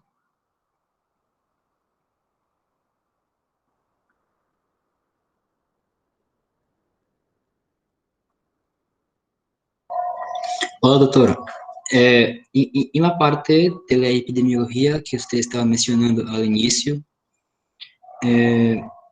yo he escuchado mucho acá en Brasil de que varios pacientes morían, ¿no? Pero decían que no era de COVID. Exacto. Igual acá en Perú. Ahí también. Ok. Yo quisiera saber, bueno, aquí, entonces, ¿eso realmente fue verdad? Porque yo creo que eso cambia, ¿no? El número, Los números. ¿no? Les deja imprecisos. Exacto. Tal cual. Ese es el problema. O sea, el problema es que no se registra bien. Y el problema de países sudamericanos es el subregistro. Brasil, Perú, todos los países en Sudamérica es bien curioso, tienen un gran problema que yo no sé si pasará en África, imagino que sí, es que por el acceso de la información, el acceso a los servicios, como somos los países con la mayor brecha de inequidad en el reparto de recursos, sucede esto, ¿no? Entonces hay lugares donde no llegan pues, médicos, donde no llegan, entonces, ¿tú cómo registras que fallecen? Y lamentablemente el COVID no solamente es urbano, se ha ido a todos los lugares. Acá en Perú, uno decía, no, el COVID no va a llegar a la sierra, en la sierra hay COVID, ¿no? Altura, todo, igualito la gente tiene COVID. Así es, ¿no? Entonces, más registro, no es solo un problema de Perú, es un problema México, Brasil, Perú, Bolivia, Venezuela, probablemente tiene más casos, pero no lo reportan. Y eso nos pone en un escenario un poco medio que no tomamos conciencia de cuánto ha impactado. Realmente, si uno fuera muy serio y dijera cuántos realmente murieron, probablemente los gobernantes tendrían un poquito más de corazón para actuar, ¿no? Pero yo imagino que en Brasil ha fallecido más gente de COVID, al igual que en Perú. Sí, sí, doctor. Y también, bueno, de cierta manera, muchas personas, eh, para muchas personas se está generando, digamos, el problema opuesto, porque varias veces yo ya he escuchado de que, no, mira, pero, mira, mi abuela, mi primo, no sé quién, murió de un infarto, pero dijeron que era COVID. Entonces, te están diciendo que es más casos, pero no están muriendo de COVID, están muriendo de otra cosa. Ah, no, eso es otro problema. A ver, eso es Exacto. quizás tu pregunta es, también va por otro punto. El exceso de muertes no quiere decir que todo sea COVID. Lo que ha pasado, no sé si pasó en Brasil, pero acá en Perú, en la primera ola fue lo siguiente. Muchas personas no fueron atendidas en sus enfermedades crónicas, cáncer, falla cardíaca, falla renal, diálisis, VIH, tuberculosis, porque todos los recursos se fueron hacia COVID. Entonces, descuidamos a los pacientes crónicos y muchos de ellos, es verdad, han fallecido en casa.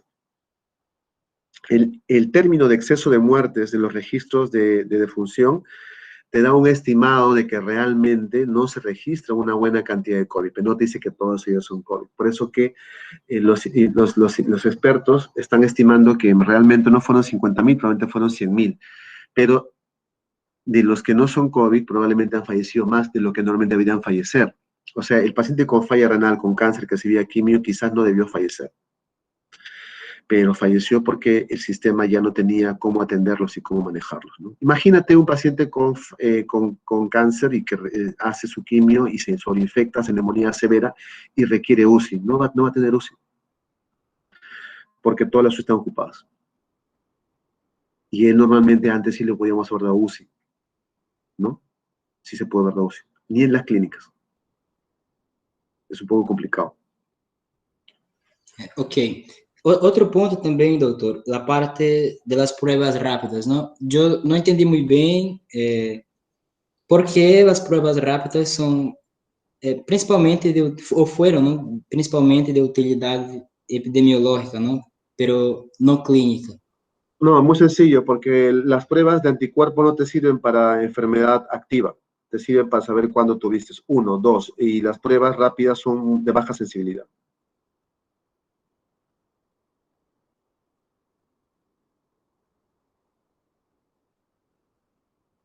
Ah, ok, gracias.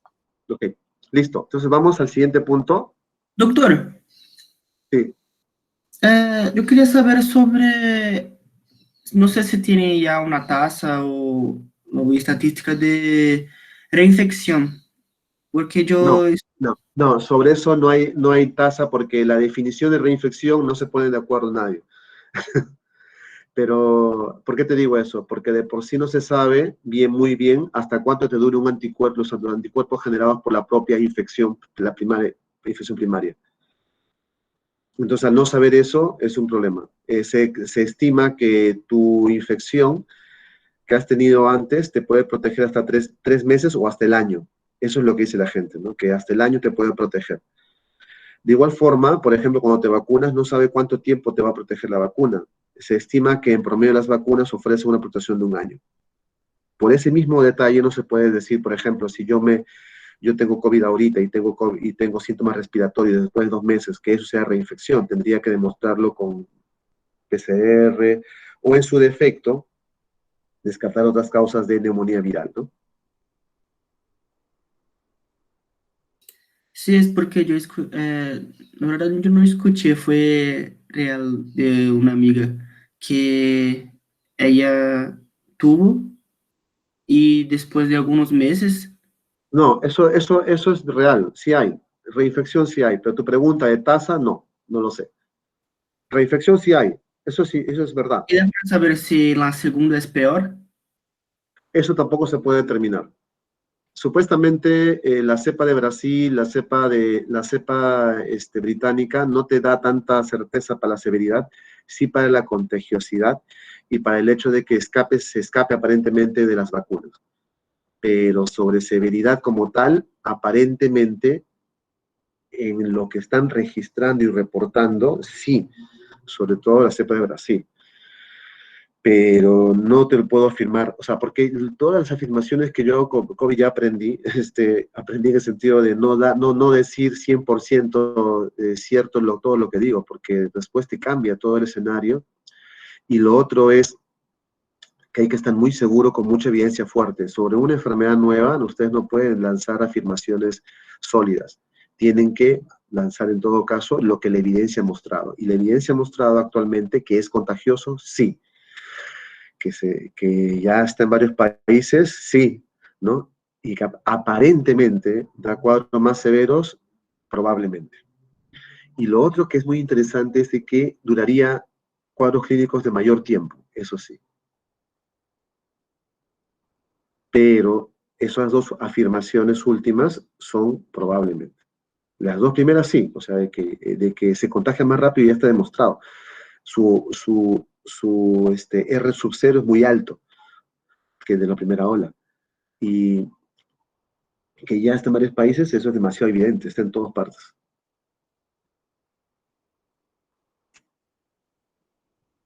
Doutor, uma dúvida.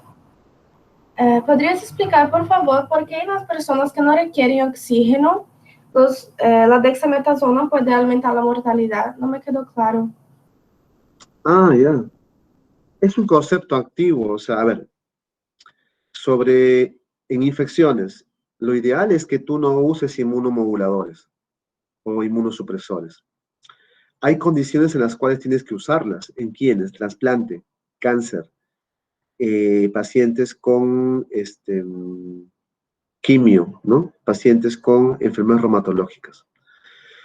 Antes de usarlos en ellos, si ustedes se han dado cuenta, los oncólogos, reumatólogos, e incluso los mismos cirujanos cuando trasplantan, ¿qué cosa hacen? Descartan que el paciente no tenga ninguna infección, porque ellos saben que lo que van a hacer lo van a inmunosuprimir. Si inmunosuprimen a un paciente con una infección activa que no se han dado cuenta, pobrecitos ellos y pobre paciente, porque podría ser la enfermedad y hacerla de forma severa. ¿Qué cosa ocasiona el corticoide? Si tú recuerdas, el corticoide corta la inmunidad en las dos vías, la vía celular y la vía humoral, o sea, altera los linfocitos T y los linfocitos B. Si tú alteras los linfocitos los linfocitos T, estás alterando la respuesta de inmunidad celular hacia el virus. Lo que dije la semana pasada, si han estado presentes, la respuesta TH1. Al bloquear la respuesta TH1, estás bloqueando la respuesta inmunológica hacia los virus. ¿Y qué cosa es el virus? Aprovecha, pues, empieza a multiplicar, multiplica y ya está. Por eso es preferible no darlo cuando estamos en la primera semana, porque supuestamente ahí es la etapa donde había mayor carga viral, como lo puse en el grafiquito ahí que les puse, ¿no? Sobre inflamación y todo eso.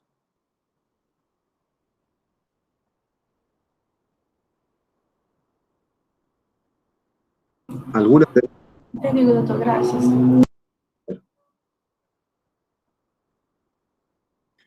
Doctor, Una en consulta. ok.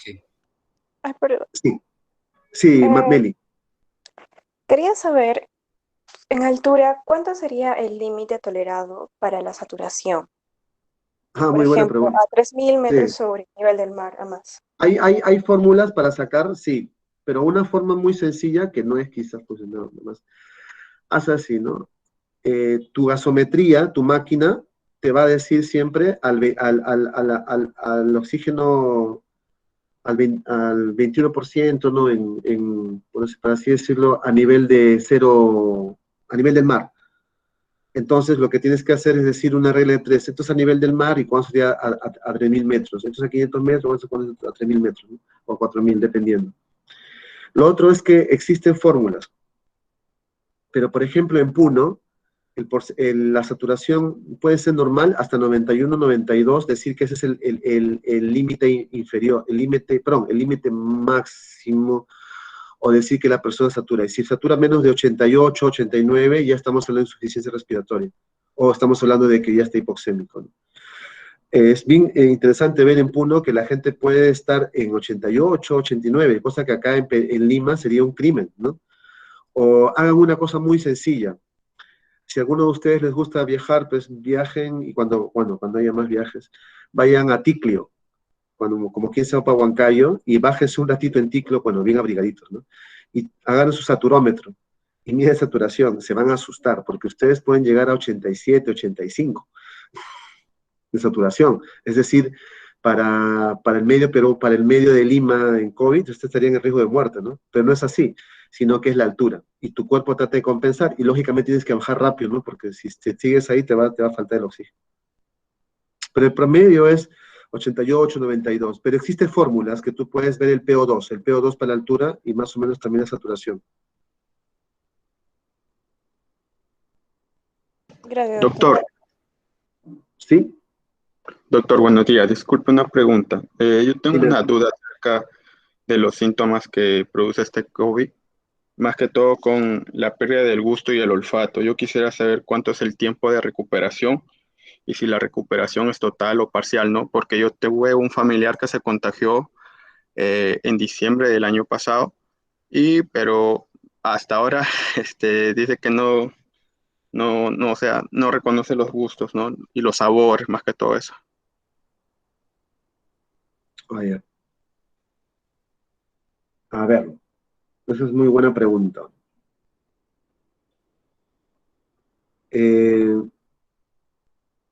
Hay bastante bibliografía sobre el neurotropismo del COVID, ¿no? El COVID tiene un cierto neurotropismo y le gusta agarrar esas zonas, de las zonas del nervio olfatorio, ¿no? Eso.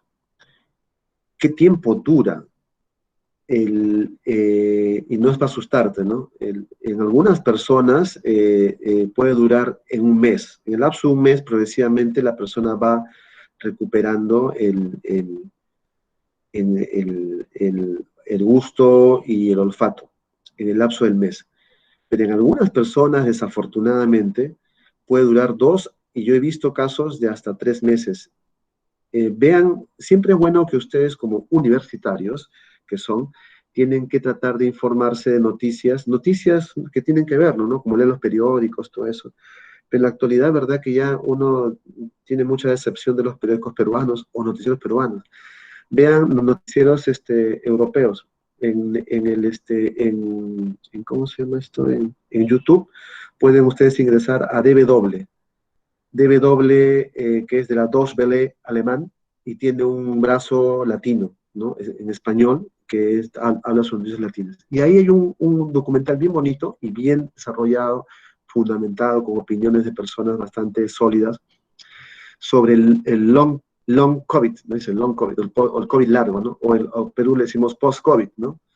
Pero el long COVID es justo lo que tú dices, personas que después de tener COVID terminan con una secuela que puede ser larga, 6 meses, 1 año a veces. Entonces, si hay casos, yo he visto hasta 3, y hay casos de hasta 6, mencionan ahí, o hasta 1 año. Yo realmente, te digo, lo máximo que siempre he visto es 3, 1 o 2 casos, y la mayoría en el mes recupera. La mayoría en el mes recupera. Casi todos mis compañeros que han tenido COVID moderado a severo, han tenido anosmia, eso, y en menos de un mes han recuperado. Por eso, pero es relativo, tío. Hay del extremo que sí, pues, buen tiempo. Ok, doctor, gracias. Doctor, buenos días. Tengo una pregunta. Hablando sobre el tema del COVID con las pruebas, un ejemplo, a mí me dio COVID, pero por mis síntomas y por mis signos, ¿no? Porque también al último llegué a perder el gusto y el olfato, como mencionó el compañero. Pero yo realizo pruebas. Yo me saqué la prueba rápida, sé que su sensibilidad es menos, me salió negativa. También me hice la de antígeno y la de antígeno también me salió no reactivo. Y quisiera saber si eso era de efecto en el antígeno por mi carga viral o en qué tenía efecto, porque ya luego ya no me hice la prueba molecular por tiempo, pero sí, por los síntomas y signos sí he tenido COVID. Y contacto epidemiológico también. Claro, porque yo mayormente que estuve, cuando me contagié COVID fue después de ya no realizar las pruebas rápidas, porque en esos tiempos... No digo contacto epidemiológico, papá, mamá, algún miembro de la familia. No, nada. Yo vivo lejos de mis papás están en provincia y yo estoy en Lima, vivo sola, por el tema de eso de que trabajaba. Ya, ok. Ya, bueno, digamos que es cierto, digamos que sí has tenido COVID y que lo que pasa, como ya les dije a ustedes, ¿no? Hay que estar atentos. Las pruebas moleculares tienen falsos negativos 10 a 20%, o sea, puede ser negativo, por varias razones. Por carga viral es una, la otra es por el método. A veces colocan el hisopo y no lo colocan en la punto nasofaringeo, sacan de nariz nada más, y eso no es muy útil. El virus está concentrado en el punto nasofaringeo, ¿no? Al fondo, el hisopo tiene que ir hacia el piso el piso del triángulo, de la pirámide nasal, así, como raspando ahí, abajo, y llegar hasta la zona nasofaringea. Y ahí hace de movimientos acá. O sea, tiene que dar todo ese curso. Ahí tiene utilidad. Uno carga viral, otro el método, ¿no? Y el otro es el procesamiento de la prueba y los famosos falsos negativos por mala metodología de la prueba. O sea, no de toma de muestra, nada, sino del procesamiento en la máquina. Entonces, siempre puede pasar. Al igual que también hay falsos positivos, ¿no? Eso es eso. ¿Ya? Entonces, básicamente eso, ¿ya? Básicamente eso es lo que puede ser. El antígeno tiene los mismos problemas. El antígeno tiene el problema de la toma de muestra, ¿no? Y el problema también que si tú tomas un antígeno pasado 5 o 7 días ya no tiene mucha sensibilidad. La ventaja del antígeno es si tú has tenido la sintomatología y dentro de los 5 primeros días te tomas la prueba. Idealmente al segundo o tercer día, ahí te tomas la prueba, el antígeno va a ser útil. Pero igual, con todo y sus ventajas, es menos sensible que la molecular. La sensibilidad puede estar bordeando 70%. Igual puede haber un 30% que no coge, ¿ya? Entonces, esa es la desventaja. Por ese motivo es que, como les había dicho, hay que ver el punto clínico, epidemiológico y tomográfico y radiológico en conjunto con las pruebas de laboratorio. Gracias, doctor.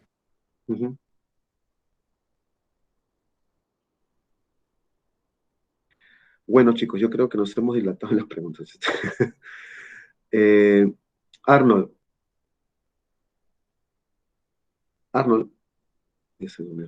Dígame, doctor, ¿qué pasó?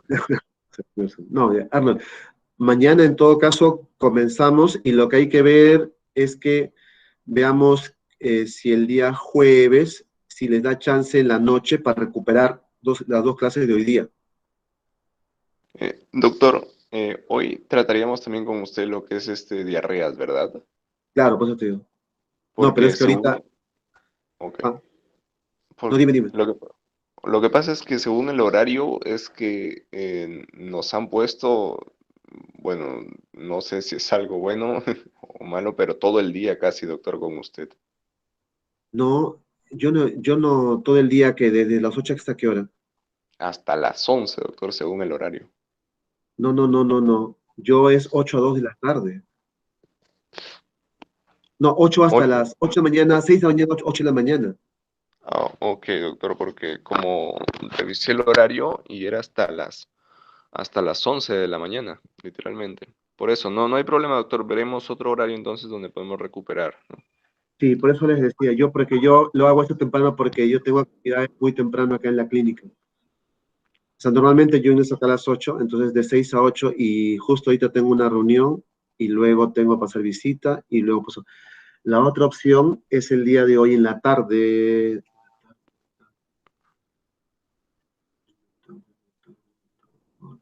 Doctor, disculpe, dejé de escucharlo. No, estoy pensando ahorita el horario de hoy día, que podría ser. O si no, el Ok. día jueves, en la tarde.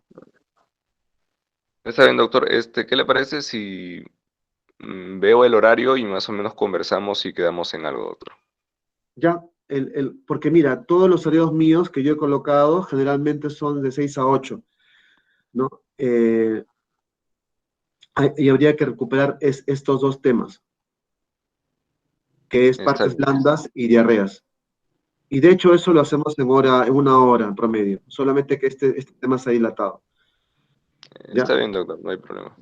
Entonces, yo lo que les propondría sería jueves en la noche, si ustedes pueden ese día, y lo otro, pero jueves, claro, no, incluso jueves puede ser en la tarde, ¿no? No sé si qué les va. Mm, Dependiendo los horarios de El jueves razonamiento, es, el jueves es feriado. eh, bueno, creo que no hay, para nosotros no ha habido ningún movimiento de clases, doctor. Ah, ya. Pues, sí, o sea, ha quedado tal cual, doctor. Ok, ya, entonces jueves o viernes. El viernes, literalmente yo podría en la tarde o en la mañana, ustedes me avisan. Doctor, el viernes también tenemos clase con usted, si no me equivoco. Pues ahí está, podemos prolongarnos ahí. Ya, listo, doctor. Mejor Podría ser creo que. 9, 10, sí, porque yo el viernes sí no tengo que venir a la clínica. Entonces yo en mi Ya, casa normal. El jueves sí tengo que venir a la clínica. Pues el jueves vengo a pasar lista nuevamente, por eso que sería hasta las 8. Y por eso decía en la sí, tarde. Pero el viernes, sí, doctor, el viernes mejor. ya. Y el viernes, ya que voy a tener más tiempo, puedo presentarle algunos casos de resistencia antibiótica y unos casos de COVID. Y vamos avanzando.